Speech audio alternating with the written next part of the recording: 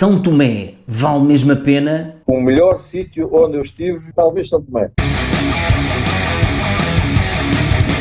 4 vezes a Moçambique, também é muito giro, e São Tomé também fui lá 3 vezes. Pá, São Tomé gostei muito, aquilo é muito porreiro, aquilo é giríssimo. Quando o avião está-se a aproximar da ilha, a ilha é pequena, aquilo tem 50 km de diâmetro, portanto, aquilo é pequeníssimo. E tu quando estás a aproximar, só vês verde.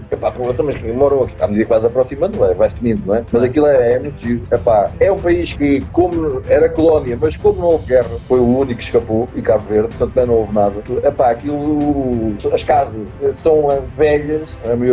Há lá medidas de construções do Pestana e fez lá uns hotéis, mais uns complexos turísticos. O resto é tudo velho, mas está conservado. Por exemplo, Angola, agora já tem muita coisa nova, mas quando eu cheguei em 97 era tudo velho e tudo lixado. Tinhas lá prédios todos metralhados e essas balas e sei o quê. Portanto, Angola sofreu muito. Moçambique também, vê-se bem que tem até lá o traço europeu, mas também tem muita influência da África do Sul. Maputo, a África do Sul é uma hora de carro, nem isso, portanto aquilo é partíssimo. Mas o que eu gostei mais mesmo foi São Tomé, que ainda espero um dia lá voltar. E a malta é muito porreira, não tem os truques, tem os angolanos, os americanos, os gajos têm. Os americanos mesmo, o angolano tem muito truque. Se lá for algum angolano a ouvir, desculpe, mas eu estive lá há 20 anos e conheço-os bem. E tu, viajante, já estiveste em São Tomé? Ah, pois é!